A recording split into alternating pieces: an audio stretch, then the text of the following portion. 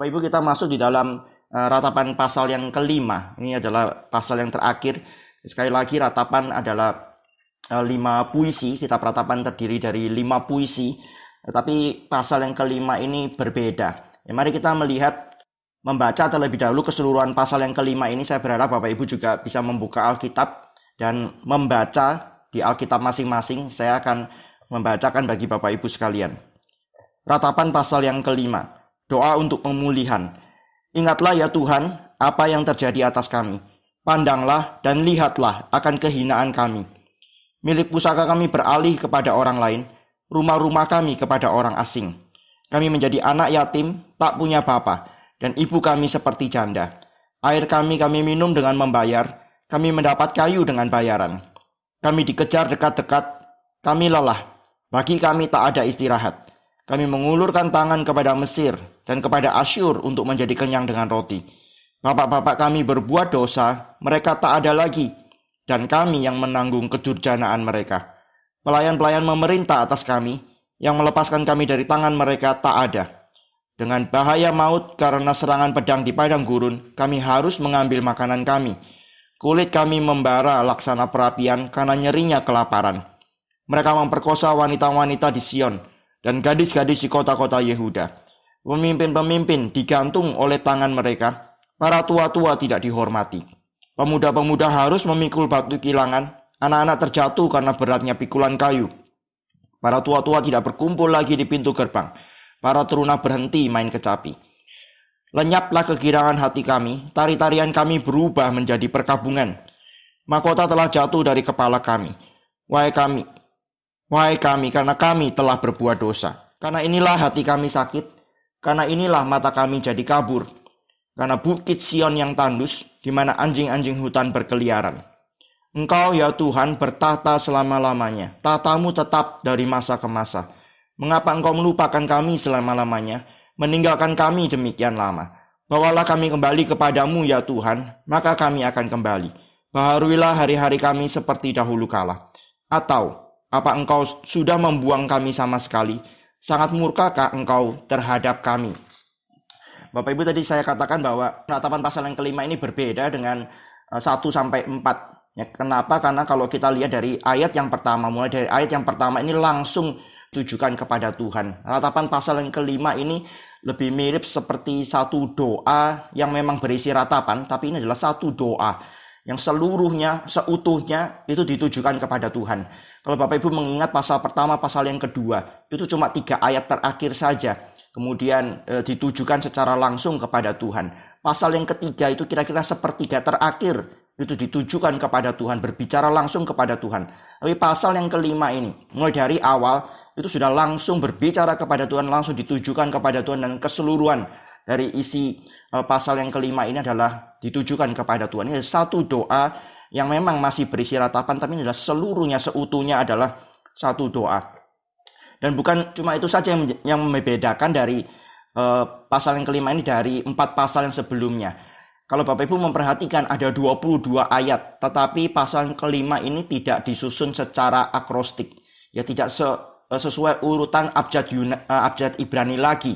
Ya, kalau 1-4 itu disusun sesuai urutan abjad Ibrani. Di dalam pasal yang kelima ini tidak lagi sesuai dengan urutan abjad Ibrani, tidak ada. Kacau, urutannya acak, gitu ya. Dan para penafsir mengatakan ya ini orang yang bergumul memang seperti ini.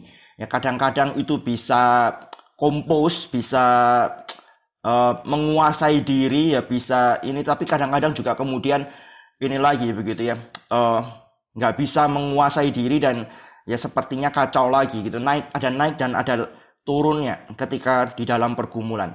Tapi kalau kita melihat pasal yang kelima ini sekali lagi satu doa. Bapak Ibu bisa melihat bagian awal ayat yang pertama itu jelas sekali. Ingatlah ya Tuhan, apa yang terjadi atas kami. Pasti ini adalah satu doa, dan kemudian ditutup juga dengan seruan kepada Tuhan. Bapak Ibu bisa melihat ayat yang ke-19. Ya, ayat 19 sampai 22 itu juga satu seruan lagi kepada Tuhan. Ya, dimulai dengan seruan kepada Tuhan di ayat yang pertama, ditutup dengan seruan kepada Tuhan di 4 ayat yang terakhir. Dan ketika ini dimulai dengan ingatlah ya Tuhan, ingatlah ya Yahweh. Yahweh atau YHWH adalah nama yang Tuhan berikan kepada umatnya yang menyatakan bahwa dia adalah Allah yang berjanji. Dan kalau Bapak Ibu membaca perjanjian lama, ya seringkali istilah ini dipakai, ingat, ya Tuhan mengingat umatnya, Tuhan mengingat umatnya. Itu berarti berbicara bahwa Tuhan segera akan menggenapkan janjinya kepada umatnya. Tuhan akan segera bertindak, Tuhan segera akan menolong umatnya dan kemudian menggenapkan janjinya kepada umatnya itu. Tuhan teringat kepada Israel misalnya kalau di dalam awal kitab Keluaran. Itu artinya bahwa Tuhan itu akan segera bertindak menolong Israel, membawa mereka keluar dari Mesir dan kemudian mulai menggenapkan janjinya kepada Abraham. Bahwa keturunannya itu akan dibawa kembali ke tanah perjanjian dan kemudian akan menduduki tanah perjanjian itu. Maka ini menjadi satu seruan dari Yeremia supaya Tuhan mengingat. Ya, tentu Tuhan gak lupa, tapi ini adalah satu seruan dari Yeremia bahwa supaya Tuhan itu bersegera untuk menepati janjinya, bersegera untuk bertindak dan kemudian untuk boleh menolong mereka. Ini satu seruan yang ditujukan di dalam kondisi, di dalam situasi ketika ya, mereka di dalam kesulitan. Dan Bapak Ibu, saya juga melihat pasal yang kelima ini kemungkinannya ditulis setelah beberapa waktu, ya, setelah pembuangan itu terjadi beberapa waktu. Kenapa? Karena sepertinya pasal yang kelima ini ditulis dari sudut pandang generasi yang kedua. Nanti saya akan jelaskan, Bapak Ibu akan nanti juga bisa melihat itu ada di dalam pasal yang kelima ini. Kalau di dalam pasal yang pertama itu sepertinya barusan terjadi, ya Yerusalem itu barusan dihancurkan, barusan dijarah dan seterusnya. Tetapi di dalam pasal yang kelima ini tampaknya sudah ada satu waktu yang cukup panjang. Sehingga ini adalah mewakili ratapan dari generasi yang kedua. Ya, ratapan dari generasi yang kedua. Bapak Ibu, saya mengajak untuk memperhatikan ayat yang ke-7 dan ayat yang ke-16. Di dalam dua ayat ini, ayat yang ke-7 dikatakan, Bapak-bapak kami berbuat dosa. Ya, ini adalah satu ratapan bahwa orang tua mereka, generasi sebelumnya yang berbuat dosa, mereka sudah tidak ada, mereka tak ada lagi. Dan kami yang menanggung kedurjanaan mereka. Ya, ini yang tadi saya katakan bahwa tampaknya pasal yang kelima ini mewakili generasi yang berikutnya, mewakili generasi yang kedua. Ya, generasi yang sebelumnya yang berbuat dosa, Tuhan menghukum mereka. Dan kemudian sekarang generasi yang kedua ini mulai muncul, mulai bangkit, mulai besar. Dan mereka kemudian mengeluh. Mereka mengeluh, mereka meratap, Bapak-bapak kami yang berbuat dosa. Mereka sudah nggak ada, mereka sudah mati, mereka sudah ditawan mungkin. Tetapi sekarang generasi ini yang harus menanggung hal itu. Tetapi di ayat yang ke-16, Bapak Ibu melihat bahwa generasi itu juga kemudian mengaku bahwa mereka juga sudah berbuat dosa. Di dalam ayat yang ke-16, mahkota telah jatuh dari kepala kami, wahai kami, karena kami telah berbuat dosa. Ya, ini adalah satu pengakuan juga bahwa generasi mereka sendiri bukan satu generasi yang baik, bukan satu generasi yang bisa dikatakan saleh, tetapi juga berdosa. Sehingga ketika mereka mengaku seperti ini sekaligus mereka juga mengaku bahwa mereka pantas, mereka layak kalau Tuhan mendisiplin mereka, kalau Tuhan menghukum mereka, menimpakan kepada mereka kutuk yang memang ada di dalam perjanjian. Di dalam satu covenant itu ada berkat, ada kutuk. Ketika seseorang yang ada di dalam covenant itu setia kepada Tuhan, taat kepada Tuhan, Tuhan menjanjikan berkat-berkat. Tapi ketika umat itu tidak taat, memberontak kepada Tuhan, maka Tuhan juga menjanjikan kutuk. Maka di sini adalah keadilan Tuhan. Ya, ketika Tuhan menghukum berdasarkan perjanjian, itu memang sesuatu yang seharusnya. Itu memang sesuatu yang sewajarnya. Kalau Tuhan tidak menghukum, justru Tuhan melanggar perjanjian. Ya, Bapak Ibu bisa mengerti ya. Kalau Tuhan tidak menghukum, padahal Tuhan sudah pernah mengatakan, mengancam dengan hukuman, kalau tidak taat akan dihukum, terus kemudian Tuhan tidak menghukum, itu artinya Tuhan yang melanggar perjanjian. Nah, dalam hal ini Tuhan tidak melanggar perjanjian, Tuhan benar-benar menghukum umatnya, tetapi Tuhan juga menjanjikan pemulihan bagi umatnya. Kenapa? Karena didasarkan pada kasih setia Tuhan. Kasih setia Tuhan itu yang menjamin bahwa perjanjian itu tidak akan batal. Ketika Tuhan pernah berjanji kepada seseorang dan perjanjian itu adalah perjanjian yang kekal. Kalau Tuhan katakan ini adalah satu perjanjian yang kekal untuk selama-lamanya, untuk keturunanmu sampai selama-lamanya, itu artinya Tuhan yang akan menjamin perjanjian itu.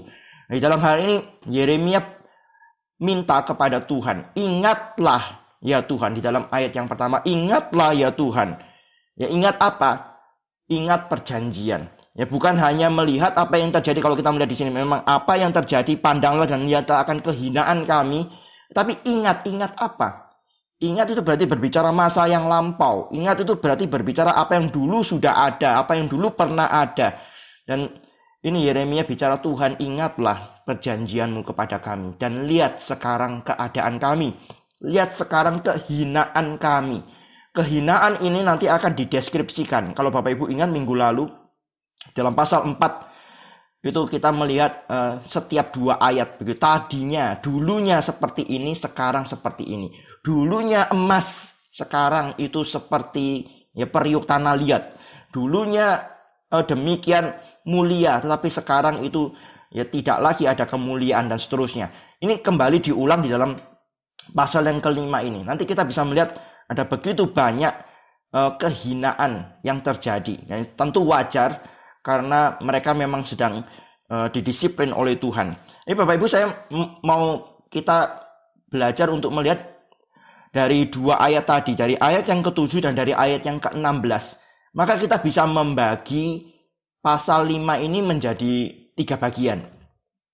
Ya, dari ayat yang kedua sampai ayat yang ke-7 itu adalah bagian yang pertama, kehinaan yang pertama.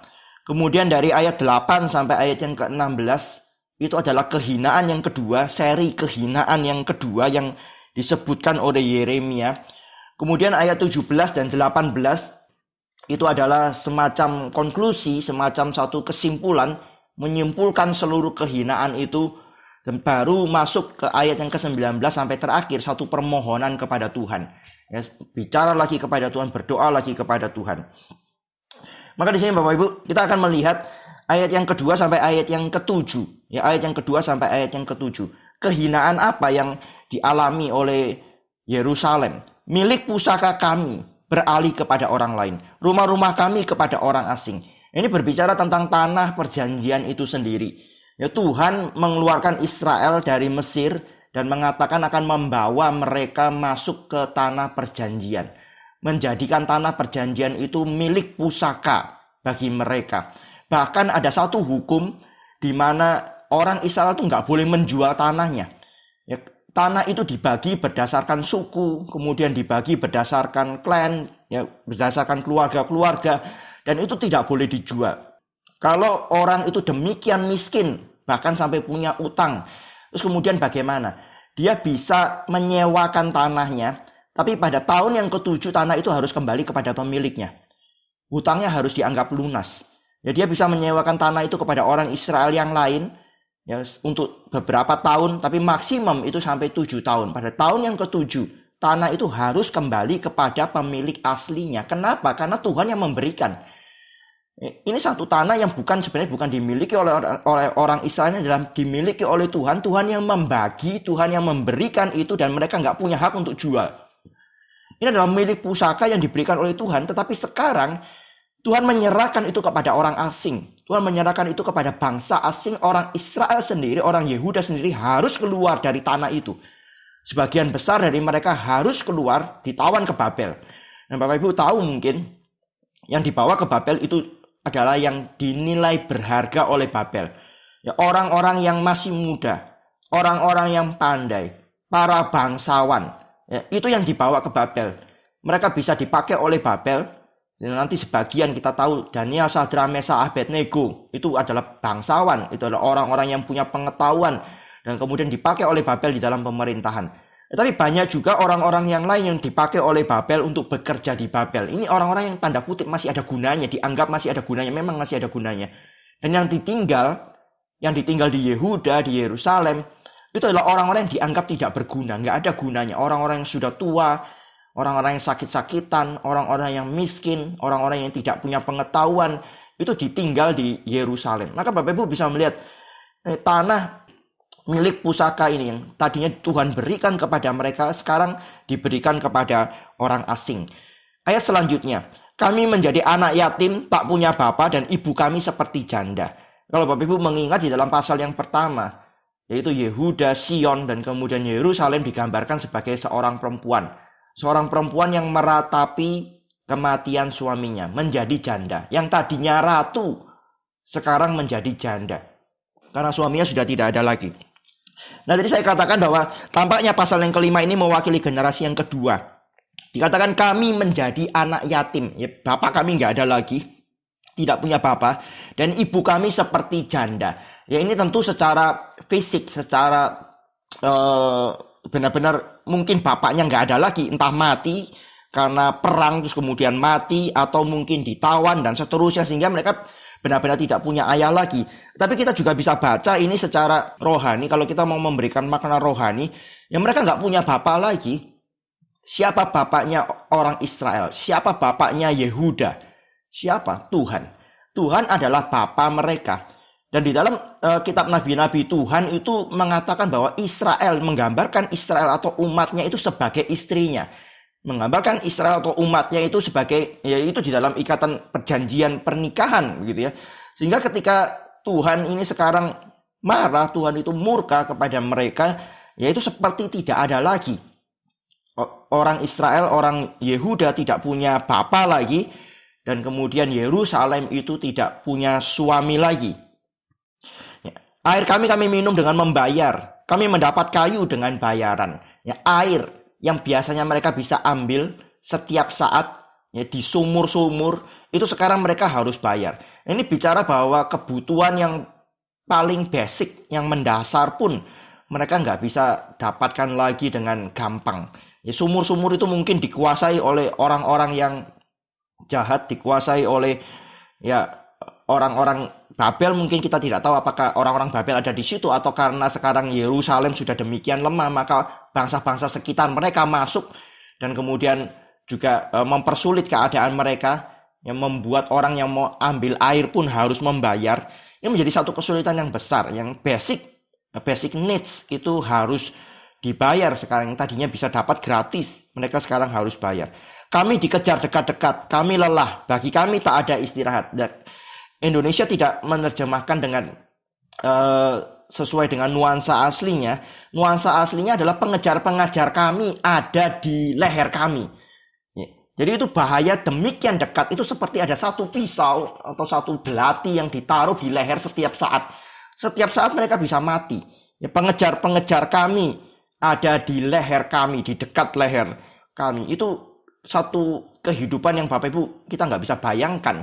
Ya, kita saat ini mungkin gelisah, ya mungkin nggak enak karena harus ada di rumah dan seterusnya. Tapi setidaknya ya kita tidak secara konstan terus-menerus merasakan ancaman. Ya, setidaknya kita tidak seperti itu. Tapi orang-orang Yahudi pada waktu itu yang masih sisa, mereka adalah orang-orang yang lemah. Sekali lagi, mereka yang ditinggal adalah orang-orang yang lemah, yang dianggap tidak berharga. Itu pun mereka masih terus dikejar-kejar. Itu pun mereka masih terus merasa selalu ada di bawah bahaya. Kapanpun mereka bisa mati. Itu kalau pisau sudah nempel di leher, itu kapanpun ya mereka bisa mati dibunuh. Ini satu perasaan yang ketakutan ya, yang terus-menerus ada, yang terus-menerus mengejar mereka. Kami mengulurkan tangan kepada Mesir dan kepada Asyur untuk menjadi kenyang dengan roti. Ini minta bantuan kepada bangsa-bangsa di sekitar mereka, tapi tetap mereka juga tidak mendapatkan pertolongan. Ya, Mesir itu adalah bangsa yang cukup besar, yang paling dekat dengan mereka, yang mungkin bisa menolong mereka. Mereka mengharapkan seperti itu. Yeremia sendiri sempat dibawa ke Mesir ketika Babel itu mulai menyerang masuk, sempat dilarikan ke Mesir, begitu. Maka ini mengulurkan tangan kepada Mesir, begitu. Terus kemudian mengulurkan tangan kepada Asyur. Nah, kata Asyur di sini kemungkinan besar bukan bangsa Asyur, karena kerajaan Asyur sudah dikalahkan oleh Babel. Tapi Asyur di sini adalah nama lainnya Babel, yang menjadi satu sebutan bagi Babel. Mereka mengulurkan tangan, mereka minta tolong kepada yang sedang menjajah mereka. Tapi kemudian mereka juga tidak mendapatkan apa-apa. Kita bisa melihat bahwa ini satu kondisi yang desperate, satu kondisi yang benar-benar sulit. Kenapa? Ayat yang ke-7 memberikan alasannya. Bapak-bapak kami berbuat dosa. Ya, karena generasi sebelumnya itu sudah berbuat dosa. Bapak Ibu, ini bukan cuma bicara satu generasi, ini bergenerasi mereka sudah berbuat dosa. Kalau Bapak Ibu mengingat lagi sejarah kerajaan Israel, ya Salomo itu kemudian tidak setia kepada Tuhan dan kerajaannya dipecah. Dan ketika kerajaannya dipecah, kita bisa melihat kerajaan selatan itu masih meneruskan dinasti Daud, itu adalah dinasti Daud. Itu juga banyak raja yang tidak setia. Tapi puncak dari kemarahan Tuhan, sehingga kemudian Tuhan mengatakan pasti dihukum, itu adalah Manasye. Raja Manasye yang mempersembahkan anak-anak kepada dewa Moloch. Menjadi satu korban bakaran kepada dewa Moloch. Anak-anak itu dibunuh di atas mezbahnya dewa Moloch. Dan kemudian Tuhan katakan, karena perbuatanmu ini, karena kamu, aku pasti hukum kerajaan selatan. Manasye sendiri kemudian bertobat. Tapi Tuhan tidak mundur. Ya, Tuhan sudah mengatakan pasti dihukum, maka kerajaan itu pasti dihukum. Tapi bukan cuma salah Manasye satu orang. Ada orang yang menafsir ayat yang ke-7 ini, Bapa kami berbuat dosa. Bapak-bapak kami berbuat dosa. Siapa? Pemimpin-pemimpin. Itu adalah raja-raja kami berbuat dosa. Ya, raja-raja kami berbuat dosa. Bukan cuma satu, tapi banyak. Tapi saya yakin ini juga bukan cuma pemimpin saja yang berbuat dosa. Dari atas, paling atas sampai paling bawah, itu juga berbuat dosa. Kita bisa melihat ada banyak kesalahan. Memang biasanya kalau rajanya salah, bawahnya ikut salah. Kalau rajanya memerintahkan, memberikan persembahan, atau melakukan ibadah, penyembahan kepada ilah-ilah, kepada Allah-Allah palsu, yang bawah biasanya pasti juga ikut kan ya. Jarang sekali yang bawah itu kemudian berani melawan, berani mengatakan bahwa tidak bisa, tidak boleh melakukan penyembahan kepada ilah-ilah. Kita cuma menyembah kepada Yahweh saja. Jarang sekali itu kemudian terjadi. Nah, biasanya kalau atas itu sudah bersalah, dia akan bawa yang bawah itu untuk ikut jatuh di dalam dosanya, jatuh di dalam kesalahannya. Maka ini bicara bergenerasi mereka sudah bersalah. Nah, ini seri yang pertama dari kehinaan itu. Dari ayat yang ke-8 kita masuk seri yang kedua. Pelayan-pelayan memerintah atas kami, yang melepaskan kami dari tangan mereka tak ada. Ini berbicara bahwa bangsa-bangsa asing. Ya, bangsa-bangsa asing yang tadinya bisa menjadi budak mereka.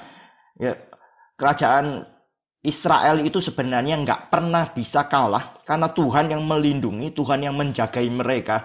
Ya, musuh-musuh mereka tuh nggak mungkin bisa menang atas orang Israel, atas orang Yehuda. Tapi sekarang kebalik. Yang tadinya submit, yang tadinya tunduk kepada mereka, sekarang ada di atas mereka. Sekali lagi Bapak Ibu, yang ada di Yerusalem, yang masih ada di Yehuda adalah orang-orang yang demikian lemah, orang-orang yang dianggap tidak berguna, tidak berharga. Ini kelompok yang kecil dan kemudian paling bawah. Maka mudah sekali mereka kemudian diserang oleh bangsa-bangsa sekitar mereka yang memanfaatkan kesempatan itu. Ya, bangsa-bangsa asing itu sekarang yang memerintah mereka. Nanti Bapak Ibu bisa melihat ayat yang ke-13. Pemuda-pemuda harus memikul batu kilangan. Anak-anak terjatuh karena beratnya pikulan kayu. Siapa yang menyuruh mereka melakukan hal ini? Ini indikasi bahwa mereka dipekerjakan, bahwa mereka diperbudak oleh orang-orang yang lebih kuat di antara mereka, itu kemungkinan besar dari bangsa-bangsa asing. Nah, khususnya pemuda-pemuda harus memikul batu kilangan. Ini batu kilangan ini yang dipakai untuk menggiling, begitu ya. Ada yang penafsir yang mengatakan bahwa pekerjaan menggiling gandum dan seterusnya itu adalah pekerjaan budak. Ya, kalau bukan budak, maka yang mengerjakan itu adalah binatang. Ya, biasanya lembu dan seterusnya. Itu yang akan mengerjakan pekerjaan ini. Ya, Bapak Ibu nanti bisa lihat sendiri dalam Hakim-Hakim pasal yang ke-16 ayat 21 misalnya. Simpson ketika sudah ditangkap, kemudian dia dimasukkan di dalam penjara. Apa pekerjaan dia di dalam penjara? Itu menggiling ini. Ya, memutar batu kilangan ini satu pekerjaan bagi budak atau bagi binatang.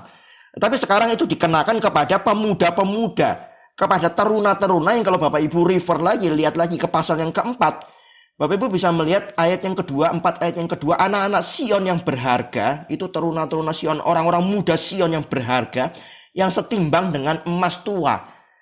Oh, sangat berharga sekali, setimbang dengan emas tua. Tapi sekarang di ayat yang 4 ayat yang kedua, sungguh mereka dianggap belanga-belanga tanah, periuk-periuk tanah. Sudah sangat rendah. Tapi dalam pasal yang kelima ini dikatakan bahwa mereka sekarang tidak beda seperti budak. Ya, mereka melakukan pekerjaan yang demikian berat, yang demikian sulit bagi mereka. Ini kita kembali lagi ke ayat yang ke-9, dengan bahaya maut karena serangan pedang di padang gurun kami harus mengambil makanan kami.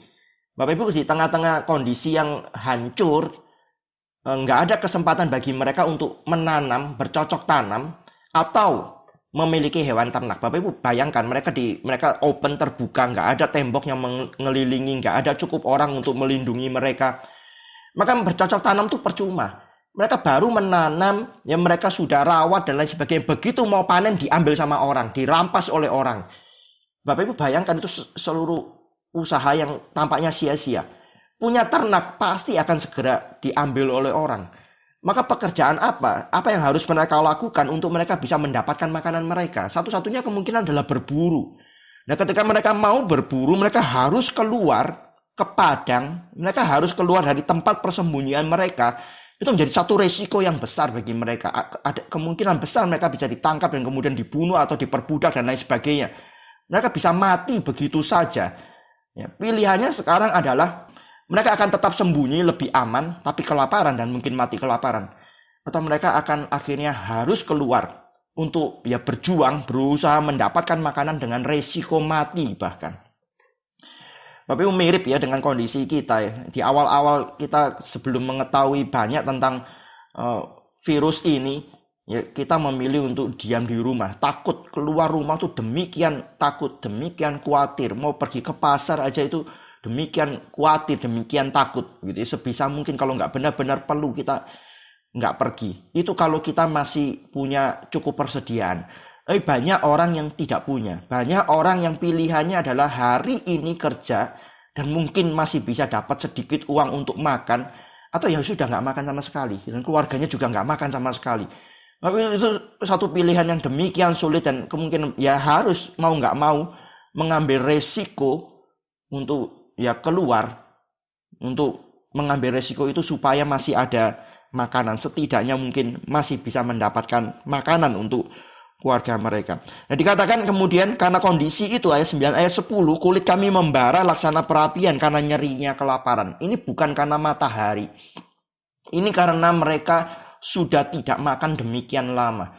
Bapak Ibu, saya nggak tahu apakah Bapak Ibu pernah merasakan hal ini atau tidak. Ya, kalau pernah puasa mungkin pernah. Ya, kalau pernah puasa. Ya, ketika puasa itu biasanya tubuh kita juga akan respon karena nggak ada makanan masuk. Biasanya makanan masuk, metabolisme jalan, tubuh kita jadi hangat, begitu ya. Tapi ini karena nggak ada makanan masuk, maka ya tubuh kita akan berespon dan biasanya itu bisa merasa meriang dan lain sebagainya. Itu mulai merasa seperti itu. Itu kalau mungkin cuma 1 hari saja, tapi kalau beberapa hari tidak makan, ya Bapak Ibu bisa bayangkan ini satu kondisi yang mereka alami. Kulit kami membara, itu seperti meriang begitu ya, seperti demam, karena bukan karena sakit, bukan karena matahari, tetapi karena kelaparan. Mereka memperkosa wanita-wanita di Sion dan gadis-gadis di kota-kota Yehuda. Nah, ini sering kali terjadi ketika satu bangsa menguasai invasi ke bangsa yang lain, menyerang bangsa yang lain, maka wanita itu biasanya menjadi pihak yang lebih lemah dan menjadi korban dari ya kekerasan seksual seperti ini. Ini terjadi juga. Pemimpin-pemimpin digantung oleh tangan mereka, para tua-tua tidak dihormati. Sekali lagi Bapak Ibu, tema dari pasal yang kelima ini adalah ayat yang pertama tadi, kehinaan, ya, disgrace, tidak dihormati. Pemuda-pemuda tadi kita sudah melihat harus memikul batu kilangan, anak-anak jatuh karena beratnya pikulan kayu. Para tua-tua tidak berkumpul lagi di pintu gerbang, para teruna berhenti main kecapi. Lenyaplah kegirangan hati kami, tarian kami berubah menjadi perkabungan. Kenapa? Mahkota telah jatuh dari kepala kami, wahai kami, karena kami telah berbuat dosa. Ini seri yang kedua. Seri yang kedua dari kehinaan itu. Ditutup di ayat yang ke-16. Kemudian 17-18 adalah satu kesimpulannya. Karena inilah hati kami sakit, karena inilah mata kami jadi kabur. Mata jadi kabur itu bukan ya karena ada penyakit dan lain sebagainya, tapi karena menangis terus-menerus. Ya karena meratap terus-menerus, menangis terus-menerus sehingga air mata itu menutupi. Ya, mata membuat nggak bisa melihat dengan jelas, menjadi kabur. Karena bukit Sion yang tandus, ya bukit Sion itu tadinya menjadi satu kesukaan bagi orang Yehuda, bagi orang Israel. Bapak Ibu kalau membaca Mazmur, ya Mazmur ketika mereka pergi ke Yerusalem, ketika mereka pergi ke bukit Sion, itu adalah Mazmur yang menunjukkan, menyatakan betapa indahnya Bukit Sion itu. Betapa menariknya, betapa sangat diinginkan, dirindukan, dinantikan oleh orang-orang Israel itu. Setahun 3 kali mereka akan pergi ke sana. Ya, tapi sekarang Bukit Sion itu tandus. Dan yang berkuasa di sana adalah anjing-anjing hutan. Yang berkuasa di sana adalah anjing-anjing hutan. Bapak Ibu, kita bisa tahu ya, ketika jumlah manusia berkurang secara drastis, maka binatang itu akan banyak. Ya, binatang liar dan lain sebagainya itu akan masuk ke kota dan lain sebagainya. Demikian juga ketika lockdown, ya, beberapa kota ketika lockdown, saya mendapatkan berita di luar negeri sih ya, di Eropa dan sebagainya. Ketika lockdown itu kemudian binatang itu keluar dari hutan dan kemudian masuk ke kota. Bisa longok-longok jendela dan lain sebagainya. Ini kenapa? Karena manusia nggak keluar. Ketika manusia nggak keluar, manusia sedikit jumlahnya atau bersembunyi, itu sekarang binatang yang keluar. Gitu. Ini juga terjadi. Bukit Sion itu yang tadinya demikian indah, demikian menarik, itu sekarang dikuasai oleh binatang-binatang liar ini. 19-22 menjadi penutup. Engkau ya Tuhan bertahta selama-lamanya, tahtamu tetap dari masa ke masa. Bapak Ibu, kalau kita baca ini copot dari konteksnya, ini sangat indah sekali. Ya, tapi kalau kita taruh ini kembali ke konteksnya, ini bisa menjadi sesuatu yang mengerikan, bisa menjadi sesuatu yang justru menakutkan. Sifat Tuhan atau karakter Tuhan itu akan memberikan ketenangan, pengharapan, jaminan kepada orang yang percaya kepada Tuhan. Tetapi sifat Tuhan, karakter Tuhan itu akan menjadi kengerian bagi orang-orang yang tidak percaya kepada Tuhan. Misalnya di dalam hal ini, kalau Tuhan itu bertata selama-lamanya, Tuhan itu punya tata yang kekal, yang selama-lamanya, maka ayat yang berikutnya, mengapa engkau melupakan kami selama-lamanya? Tuhan juga bisa menghukum selama-lamanya. Meninggalkan kami demikian lama. Ya, kalau Tuhan punya tata yang selama-lamanya, maka Tuhan bisa memberikan hukuman yang kekal. Itu nanti pada akhir zaman itu benar-benar akan terjadi. Tapi bagi umat Tuhan, bagi orang yang memiliki pengharapan kepada Tuhan, ini menjadi satu dasar untuk mereka berharap. Engkau yang memiliki tata kekal. Ya, tata kekal itu bukan di bumi. Maka apa yang terjadi di bumi ini tidak mempengaruhi tatamu. Apa yang terjadi di bumi ini justru karena kehendak Tuhan, karena kedaulatan Tuhan, maka itu menjadi satu dasar bagi umat Tuhan untuk memohon kepada Tuhan, untuk meminta kepada Tuhan berbelas kasihan. Ya, maka dalam hal ini ya, ketika dikatakan di ayat yang ke-19, engkau ya Tuhan bertata selama-lamanya, tatamu tetap dari masa ke masa. Itu bisa memberikan satu pengharapan kepada mereka. Dulu Tuhan pernah membuat Israel demikian jaya. Pada masa Daud memerintah, pada masa Salomo memerintah, itu demikian jaya dan itu adalah tatanya Tuhan. Ya, karena Tuhan mengatakan kepada Daud, tatamu ya itu akan selama-lamanya. Itu di dalam 2 Samuel pasal yang ke-7, tapi di dalam Tawarikh dikatakan tataku akan selama-lamanya. Itu artinya tata Daud itu adalah tatanya Tuhan. Ya, tata Daud itu adalah tatanya Tuhan dan Tuhan yang akan menjamin itu. Maka menjadi satu dasar berteriak, berseru kepada Tuhan. Tuhan sanggup memulihkan kejayaan mereka. Tuhan sanggup melepaskan mereka dari seluruh kehinaan ini dan kemudian memulihkan mereka. Ini menjadi satu pengharapan dari peratap ini. Tetapi di dalam bagian akhir dari ratapan pasal yang ke-5 ini bukan satu akhir yang baik. Ya, Bapak Ibu bisa melihat, saya bacakan 2 ayat terakhir. Bawalah kami kepadamu ya Tuhan, maka kami akan kembali. Baharuilah hari-hari kami seperti dahulu kala. Kalau berhenti sampai di sini enak ya, Bapak Ibu ya. Tapi enggak, masih ada 1 ayat lagi. Atau apa engkau sudah membuang kami sama sekali? Sangat murkakah engkau terhadap kami? Titik, selesai. Enggak enak penutupnya. Ayat terakhir itu demikian tidak enak, menggambarkan satu kegelisahan, satu pergumulan, satu pergolakan yang masih ada di dalam diri Yeremia atau peratap ini. Ditutup dengan satu hal yang ngambang gitu ya Bapak Ibu. Ini akhirnya seperti apa? Tampaknya seperti tidak punya pengharapan kepada Tuhan. Tidak, bukan seperti itu.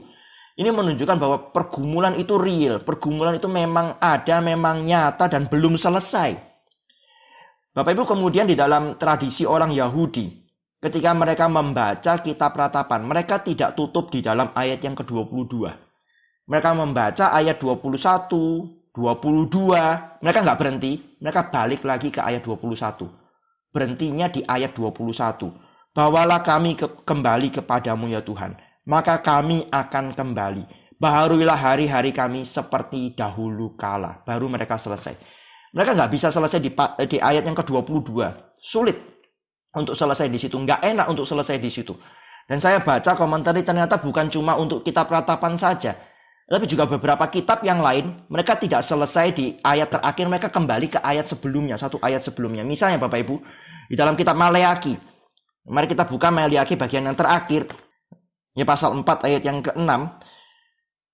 Maka ia akan membuat hati bapak-bapak berbalik kepada anak-anaknya dan hati anak-anak kepada bapak-bapaknya supaya jangan aku datang memukul bumi sehingga musnah. Mereka nggak berhenti sampai di situ, mereka ulang satu ayat di atasnya. Sesungguhnya aku akan mengutus Nabi Elia kepadamu menjelang datangnya hari Tuhan yang besar dan dahsyat itu. Masih ada pengharapan kayaknya Nabi Elia akan diutus lagi oleh Tuhan. Sehingga masih ada pengharapan bagi umat Tuhan. Bukan jangan aku datang memukul bumi sehingga musnah. Jadi tidak berhenti sampai di situ. Yang lain misalnya Yesaya. Yesaya ini juga bukan ayat yang terakhir yang mengakhiri. Saya bacakan Yesaya ayat yang terakhir. Mereka akan keluar dan akan memandangi bangkai orang-orang yang telah memberontak kepadaku. Di situ ulat-ulatnya tidak akan mati dan apinya tidak akan padam. Maka semuanya akan menjadi kengerian bagi segala yang hidup. Wah, ini nggak enak banget tutupnya. Maka mereka naik satu ayat, mereka tutup dengan ayat yang kedua. Terakhir kedua bukan benar-benar yang terakhir. Bulan berganti bulan dan sabat berganti sabat. Maka seluruh umat manusia akan datang untuk sujud menyembah di hadapanku, firman Tuhan. Lebih positif kan ya. Demikian juga dengan kitab Ratapan ini. Di dalam tradisi pembacaan orang-orang Yahudi akhirnya bukan ayat yang ke-22 yang menutup, tapi ayat yang ke-21. Tapi tulisan aslinya memang adalah ayat yang ke-22. Kenapa? Karena memang ini satu pergumulan yang real. Satu pergumulan yang real, satu pergumulan yang belum selesai ketika Ratapan ini selesai ditulis. Yang mereka mungkin masih harus tunggu satu generasi lagi. 70 tahun orang Yehuda Israel Selatan itu dibuang. 70 tahun itu artinya kalau pada waktu awal pembuangan ada anak-anak yang di bawah 20 tahun. Itu mereka menjadi generasi yang kedua. Dan generasi yang kedua ini akan punya keturunan lagi. Ya, di dalam waktu mungkin 20 tahun, 30 tahun. Mereka akan punya keturunan. Dan kemudian keturunan ini akan menjadi besar lagi sampai masa 70 tahun ini selesai. Ya, sampai kepada generasi yang ketiga, itu kemungkinan baru selesai, baru kemudian dibawa pulang, baru kemudian Tuhan mulai memulihkan mereka lagi. Ini pergumulan yang sulit, pergumulan yang panjang, ya pergumulan yang belum selesai, sehingga ayat yang ke-22 itu yang menutup dari kitab Ratapan ini. Tapi Bapak Ibu sekali lagi bedanya adalah pasal yang kelima, ini seluruhnya adalah doa. Pasal yang kelima, ini seluruhnya ditujukan kepada Tuhan. Tidak seperti pasal-pasal sebelumnya, yang berkeluh kesah, yang meratap, meskipun meratapnya benar, meskipun meratapnya mereka tidak meratap dengan sembarangan, dengan bersalah, meratapnya benar, tapi biasanya doanya cuma di bagian akhir saja. 3 ayat terakhir di pasal yang pertama, 3 ayat terakhir di pasal yang kedua, itu menjadi satu doa. Tapi ini tidak, pasal yang kelima ini seluruhnya, ini adalah satu doa yang berisi ratapan, yang ditujukan kepada Tuhan, yang memang masih ada up and down. Tapi up and down ini bukan berarti bahwa Tuhan itu nggak bisa dipegang, bukan berarti bahwa Tuhan itu bisa berubah, tidak. Tetapi justru dimulai dengan ayat yang pertama, ingatlah ya Tuhan, ingatlah ya Tuhan. Bapak Ibu, saya mengajak kita juga untuk boleh berdoa yang sama. Ingatlah ya Tuhan. Ingat apa? Ingat akan perjanjianmu. Ketika engkau sudah pernah berjanji. Dan perjanjian itu adalah satu perjanjian yang kekal. Di dalam Kristus, engkau memasukkan kami di dalam perjanjian itu. Ingatlah ya Tuhan akan perjanjian itu. Jika kita masih bisa jatuh dalam dosa. Kita mungkin bisa tidak setia kepada Tuhan. Bisa melawan Tuhan, bisa jatuh di dalam dosa. Tetapi karena kasih setia Tuhan. Berdasarkan itu kita bisa terus berbalik kepada Tuhan. Kita bisa minta Tuhan untuk memulihkan kita. Mengembalikan kita. Bapak Ibu, mari kita baca ayat yang ke-21. Kita baca bersama-sama ayat yang ke-21. Menjadi satu seruan kita kepada Tuhan. Menjadi satu doa kita kepada Tuhan. Mari kita membaca bersama-sama. 1, 2, 3. Bawalah kami kembali kepadamu ya Tuhan, maka kami akan kembali. Baharuilah hari-hari kami seperti dahulu kala. Amin. Kiranya Tuhan memberkati kita. Mari kita tunduk kepala, kita berdoa. Kami bersyukur kepadamu ya Tuhan, karena Engkau adalah Allah yang setia. Engkau adalah Allah yang pernah berjanji kepada kami, dan Engkau memberikan satu perjanjian yang tidak mungkin gagal, karena perjanjian itu ada di dalam Kristus. Kami mengucap syukur kalau kami adalah orang-orang yang mendapatkan anugerah yang besar dari Tuhan. Dan kami berdoa kiranya Tuhan menolong kami. Biarlah kami boleh belajar dari umat Tuhan di dalam perjanjian lama yang kami sedang pelajari ini, dari orang-orang Yehuda khususnya. Ketika mereka bersalah, ketika mereka berdosa, Tuhan bisa menghukum mereka, Tuhan bisa membuang mereka, tetapi bukan untuk selama-lamanya. Tuhan berjanji akan memulihkan mereka karena kasih setiamu. Demikian juga kami pada saat ini ya Tuhan. Kami bisa jatuh di dalam dosa, kami bisa bersalah kepada Tuhan. Tetapi kami juga mau berpegang kepada kasih setia Tuhan. Kami mau berpegang kepada perjanjian Tuhan. Bukan karena kami baik.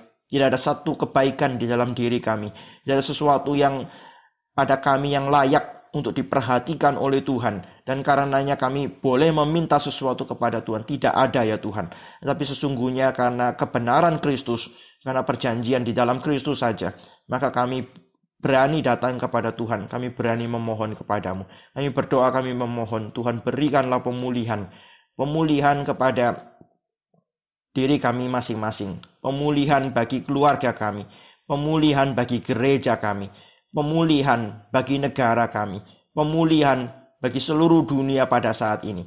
Engkau Tuhan mengetahuinya, Engkau Tuhan melihat dari surga, dan Engkau mengetahui pergumulan-pergumulan yang sedang terjadi pada saat ini. Kami berdoa, kami mohon belas kasihan-Mu, kami mohon anugerah-Mu ya Tuhan. Kiranya Engkau juga boleh memberikan pemulihan kepada kami semua. Tuhan, tolong kami, ingatkan kami bahwa kami tidak pernah tanpa pengharapan. Karena di dalam Kristus kami ada perjanjian dengan Tuhan yang penuh dengan kasih setia. Di dalam nama Tuhan kami Yesus Kristus, kami berdoa dan kami memohon belas kasihan Tuhan. Amin.